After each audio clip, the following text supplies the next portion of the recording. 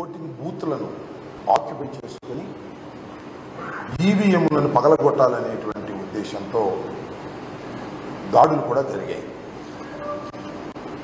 ముఖ్యంగా రాష్ట్రంలో పరిశీలిస్తే పలనాడు, అనంతపూర్, అలాగే కొన్ని రాయలసీమ ప్రాంతాల్లో చాలా పెద్ద ఎత్తున హింస చెలరేగింది. కొన్ని సందర్భాల్లో పోలీసులు కంట్రోల్ చేయలేక చేతులు ఎత్తేసినటువంటి సందర్భం కూడా కనిపిస్తుంది. ముఖ్యంగా అనంతపూర్లో కానీ పర్టికులర్గా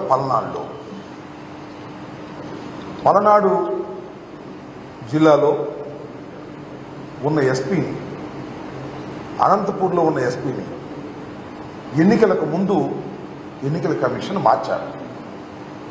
ఇంకా పలు చోట్ల కూడా ఐపీఎస్ అధికారులను మార్చారు. దేనికోసం మార్చారు అంటే, పురంధరేశ్వరి గారు భారతీయ జనతా పార్టీ రాష్ట్ర శాఖ అధ్యక్షురాలు, చంద్రబాబు నాయుడు గారి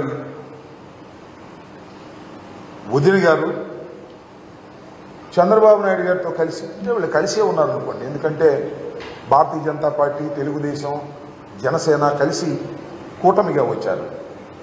వీళ్ళిద్దరూ కలిసి ఎన్నికల కమిషన్కు ఫిర్యాదు చేశారు. ఎవరైతే ఐపీఎస్ అధికారులు ఉన్నారో వీళ్ళందరూ కూడా ప్రభుత్వానికి తొత్తులుగా ఉన్నారు, వారికి అనుకూలంగా ఉన్నారు, కాబట్టి వారిని మారిస్తే తప్ప నిష్పక్షపాతంగా ఎన్నికలు జరగవు అనేటువంటి ఆర్గ్యుమెంట్ను తీస్తే సహజంగానే ఎన్నికల కమిషన్ కొంత బిలీవ్ చేసి ఉండవచ్చు. ఈ మార్పులన్నీ చేశారు. ఇక్కడ గమనించాల్సిన అంశం ఏమిటంటే, ఎక్కడైతే పురంధరేశ్వరి పిటిషన్ మీద మార్పులు చేశారో ఆ ప్రాంతంలోనే హింస ప్రజ్వరిల్లింది.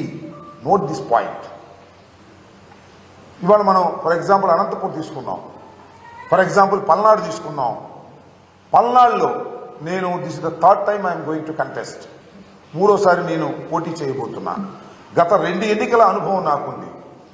ఏ రోజుని కూడా ఇంత పెద్ద ఎత్తున హింస జరిగినటువంటి సందర్భం లేదు.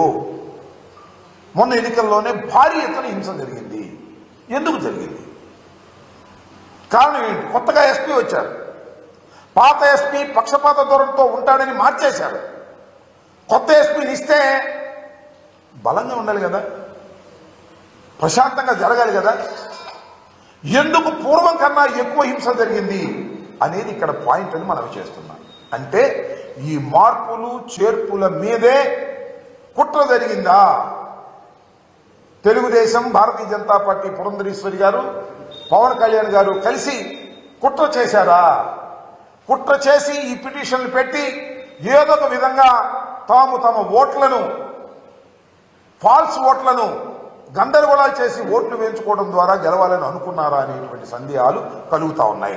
ముఖ్యంగా పల్నాడులోకి వస్తే నర్సరావుపేట పార్లమెంటు నియోజకవర్గం వైఎస్ఆర్ కాంగ్రెస్ పార్టీకి చాలా స్ట్రాంగ్ కాన్స్టిట్యున్సీ.